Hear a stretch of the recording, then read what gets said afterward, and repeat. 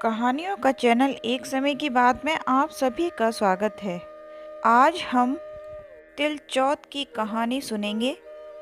तिल चौथ जनवरी के महीने में माघ मास में कृष्ण पक्ष के चौथे दिन आती है।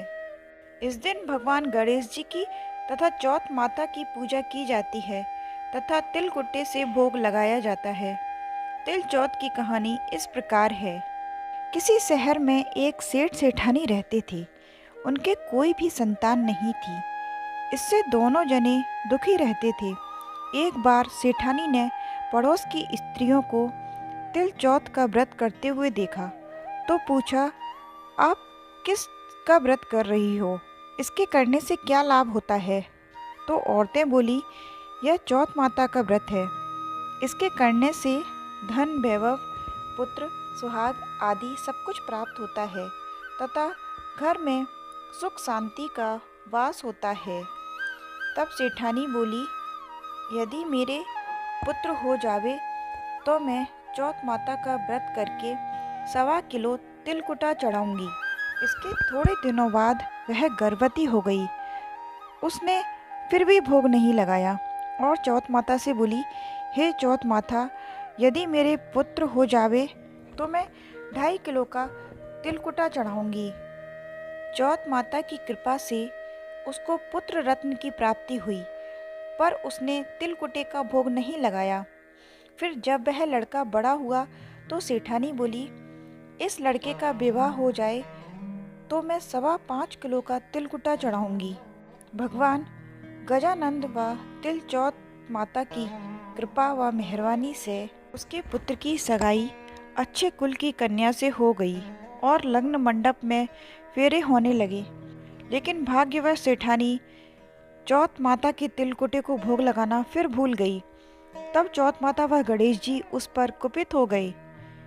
अभी फेरों के वक्त में 3 ही फेरे हुए थे कि चौथ माता अपना कोप दिखाते हुए आईं व दूल्हे राजा का अपहरण करके ले गईं और गांव के बाहर पीपल के पेड़ पर उसको छिपा दिया।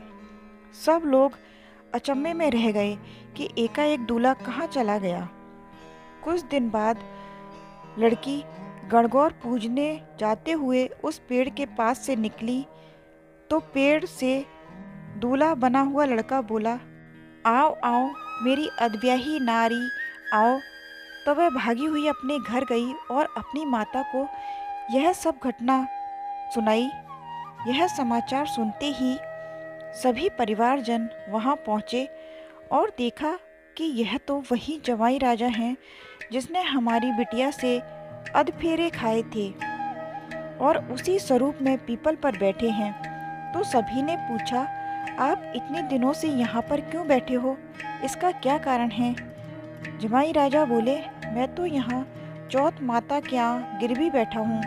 मेरी माता से जाकर कहो कि मेरे जन्म से लेकर अभी तक के बोले हुए सारे तिलकुटे का भोग लगाकर और चौथ माता से प्रार्थना तथा क्षमा याचना करें जिससे मुझे छुटकारा मिले। तब लड़के की सास ने अपनी समधन को जाकर सारा हाल सुनाया। तब दोनों समधनों ने 1.25 मण का तिलकुटा गणपति भगवान व चौथ माता जी को पूजन करके भोग लगाया तथा उनसे क्षमा याचना की। तब चौथ माता ने प्रसन्न होकर दूल्हे राजा को वहां से लाकर फेरों की जगह पर दूल्हे को बिठा दिया। इस प्रकार वर वधू के 7 फेरे पूरे हुए और वर वधू सकुशल अपने घर के लिए विदा हो गए। चौथ माता की कृपा से दोनों परिवारों में खुशहाली वापस आई।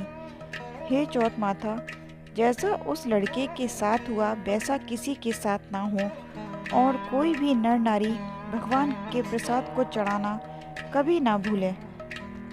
जिस प्रकार श्री गणपति भगवान तथा चौथ माता उनके घर में खुशियाँ लाई, इसी प्रकार भगवान सभी के घर खुशियाँ लाएं। इसी शुभकामना के साथ हमारी यह कहानी संपन्न होती है। मिलते हैं अगली कहानी के साथ। जय श्री राम।